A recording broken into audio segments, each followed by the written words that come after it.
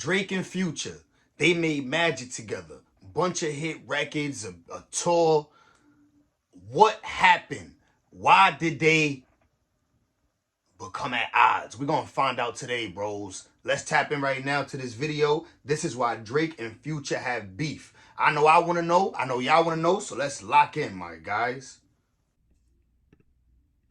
Even though Future and Drake were once close homies, over the last few years, there have been rumors they're secretly beefing. From missing video shoots to dating the same IG model, today we're breaking down all the wild rumors around the Drake and Future beef. Drake and Future always seemed like the perfect team, but deep down, there may have been issues between them from the very beginning. They first linked up in 2011 after Drake added a verse in Future's song Tony Montana. Future had built a major buzz in Atlanta with a legendary mixtape run, and Tony Montana was originally on the project True Story. But then Drake hopped on a remix, which ended up being the lead single to Future's first album, Pluto. Drake was already a major artist. See, that's hard, bro. Drake went out to Atlanta, and even though there was artists already booming, he kind of helped and enhanced and jumped on the songs and all that. That's love. At that point, and getting ready to drop his second album, Take Care. Future was big in the South, but hadn't blown up yet in the mainstream. So getting a co-sign from Drake was a major look and helped Future grow his fan base. Right. Future wanted to shoot a video for the song to promote the album, but even though Drake was willing to record a verse, when it was time to shoot the video, Drake didn't come through. Future later said in an interview that he felt disrespected when Drake didn't show up. He gave Drake props for taking the time to hop on the record, but it could have been even bigger if Drake had been in the video. Future told Drake before he did the remix not to mess up the vibe of the song. Tony Montana was a special song to Future because it was his breakout hit. Future knew he wanted to use it as the lead single for his album, and a lot of big rappers from Atlanta asked to hop on the record. But Future turned them all down and gave the feature to Drake because he knew Drake would take it to another level. People in Atlanta were telling Future that he should have done the song with a local artist. Exactly. He knew Drake was going to take it to the next level, bro. It was beneficial on both sides. It was already a big song, dope song in the South, so Drake hopping on it to get him notoriety in the South.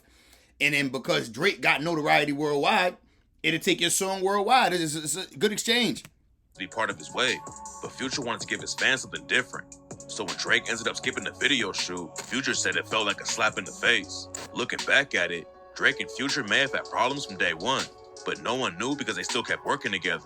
They reunited again on the... Yeah, but if Future felt the way, and then he moving with that, going forward in the relationship, he just looking for something else to like feel like, nah, he playing me again. I don't like this. You know what I mean? So let's see.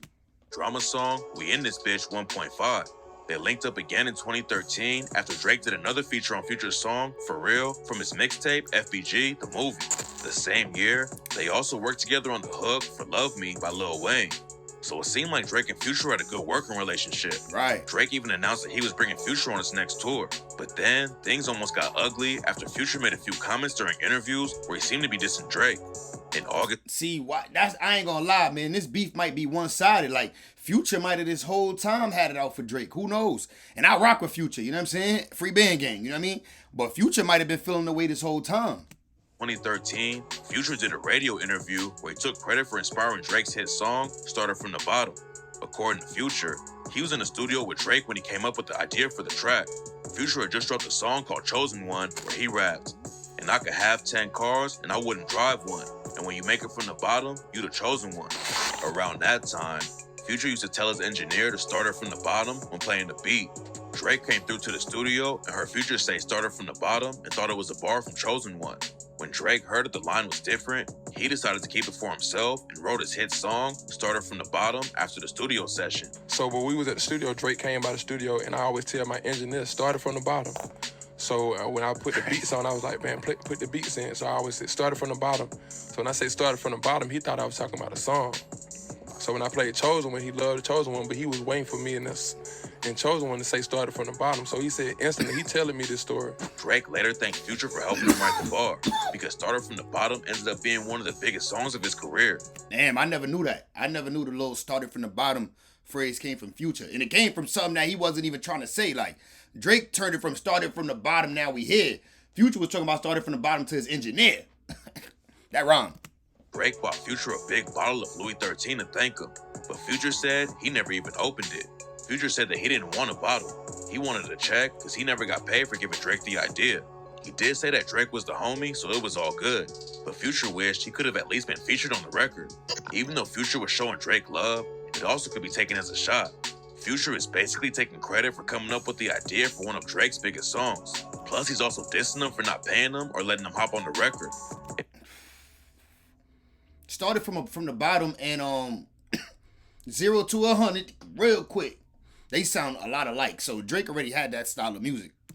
That wasn't enough. Later that year, Future also said his album Honest was better than Take Care in an interview with Billboard. In the article, Come on, that's hate. Future was quoted saying, Drake made an album that's full of hits, but it doesn't grab you. They're not possessive. They don't make you feel the way I do. I want to... Nah, bro, that's hate. Like, even if you feel this way, bro, that's hate. Drake, your mans, that's your brother. Y'all rapping on all these songs together. Like, how you gonna go in an interview and be like, oh yeah, his album is good, full of hits, but it don't make you feel how my album feel? Like, how you think that nigga gonna feel if he hear you say that? Like, how would you feel if he said that about you in an interview? You know what I mean? It's salty. You want to fall in love. After the interview was out, Future claimed the quote was taken out of context and wasn't meant as a diss to Drake. He tweeted, respect to Billboard. Disappointed on being misquoted. Always love from my fam, Drizzy Drake. Okay. But that wasn't enough for Drake's team. Immediately after the interview came out, it was reported that Future had been kicked off Drake's tour over the comments. There was even a rumor that Future was now suing Drake for $1.5 million for removing him from the tour and breaking their contract. Wow. But Future later said that was all cap. Future told MTV News that on the first day of the tour, Drake came into his dressing room and said that he believed the quote was taken out of context. They talked it over and got past it, so Future ended up finishing the tour. Future claims Billboard purposely left out all the nice things he said about Drake just to make headlines, but he also never denied that he did say his music was better. Drake has a history of being pretty sensitive. But every rapper is supposed to feel like that, though. If you an artist, I hate to see you over here like, oh, nah, yeah, he's better than me. No, you're supposed to feel like you the best, even if you rapping with Drake, so I ain't mad at that.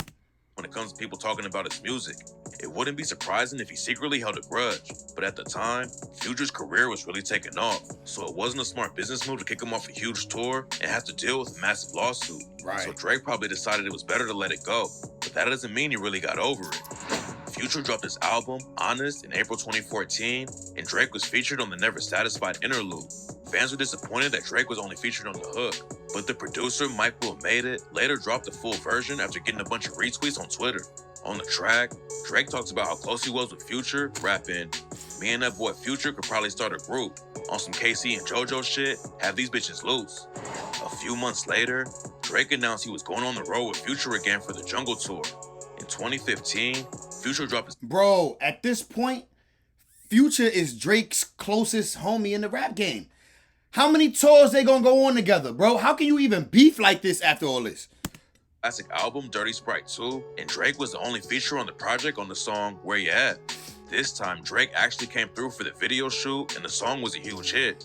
Around then, it seemed like Drake and Future were super tight. Right. Future showed up at OVO Fest in Toronto. Then Drake took a trip to Atlanta to visit the famous strip club, Magic City, where Future got his start. There were rumors that they had a collab project in the works, and then in September 2015, Drake and Future dropped their collab album, What a Time to Be Alive. The project was a huge hit and debuted at #1 on Billboard, selling 375,000 copies in the first week. Crazy, bro. That's crazy for a joint album, bro. Even though it's two big names, a lot of times them two big names don't be doing nothing. Y'all saw when the Cactus Jack album, the joint with Quavo and Travis Scott, that album was trash and it didn't sell that much. It was one of the first times that two of the biggest rappers in the game came together to work on an entire project, making it a big moment for hip-hop. Future would later have another feature on Drake's song Grammy from his album Views, and join Drake on the road again for his Summer 16 tour.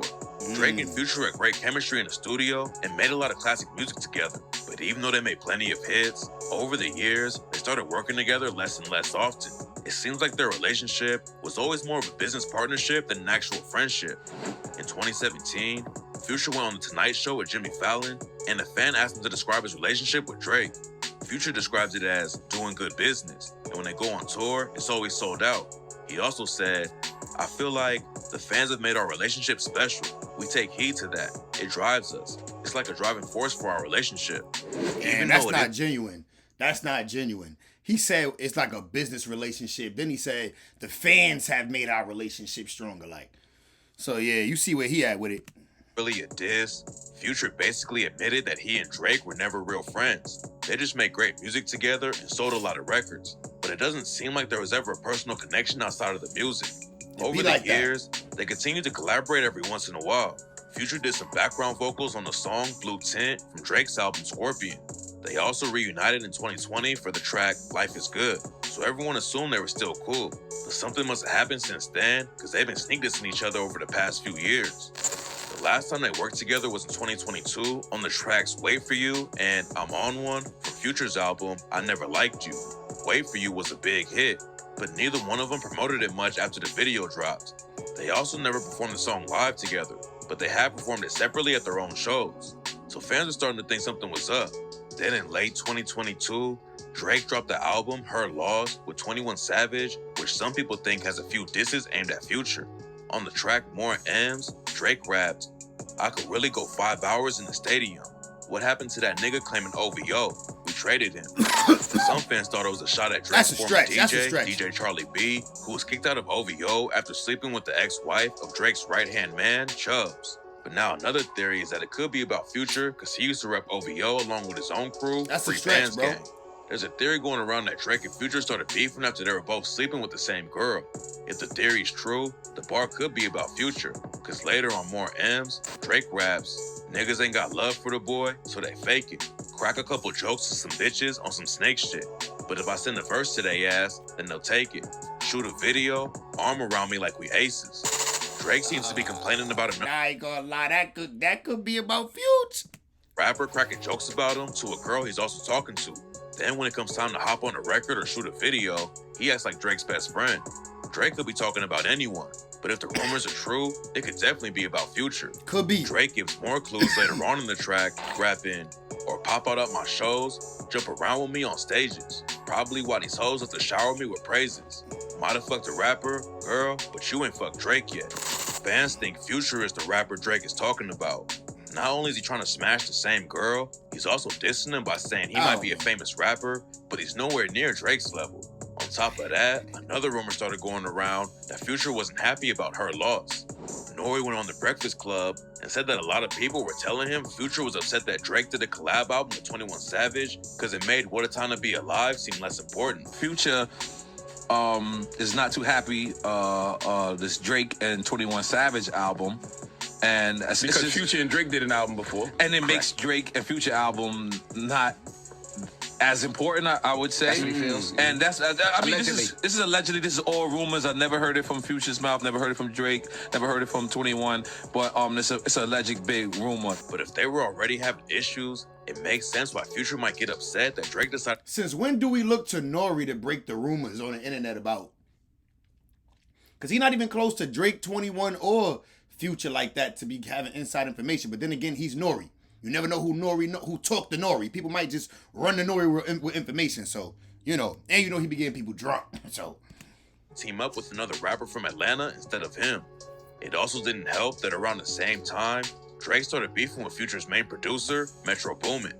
Metro dropped his own album, Heroes and Villains, around the same time as Her Loss.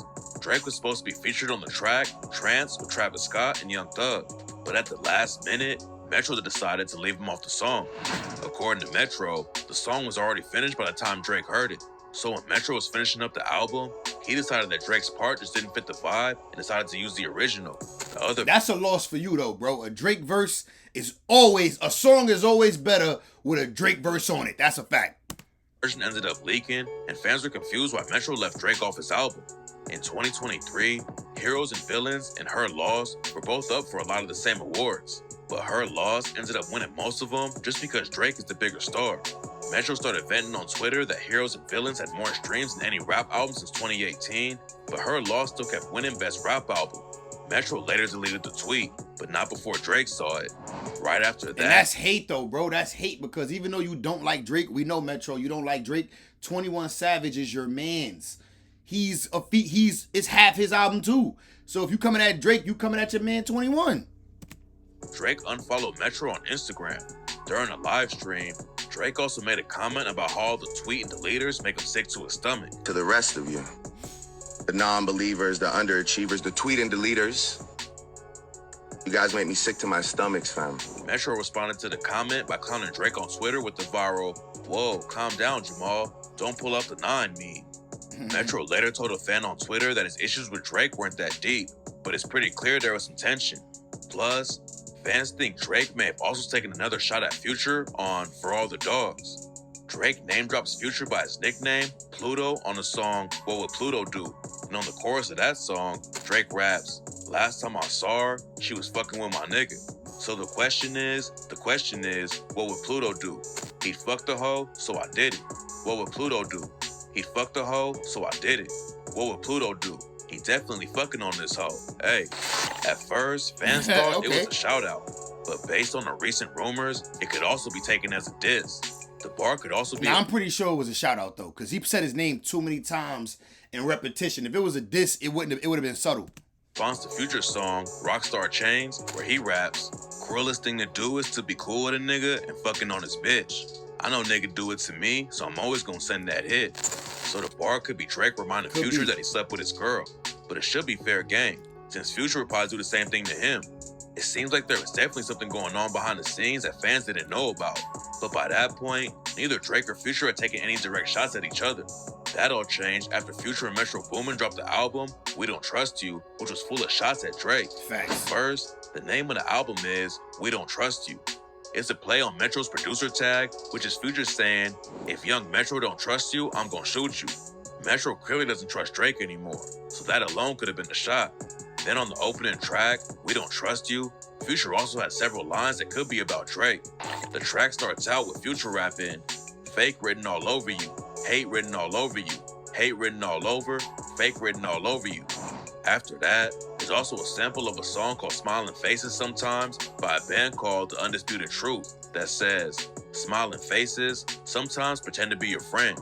Smiling faces show no traces of the evil that lurks within." Damn. On the track, Future talks about someone acting like his friend. He getting deep with it, bro. The sample on the song is a song that's about like friends and betrayal. Like, I ain't gonna lie, it looked like the beef. It looked like Future is coming for Drake, bro. Some of this is undeniable.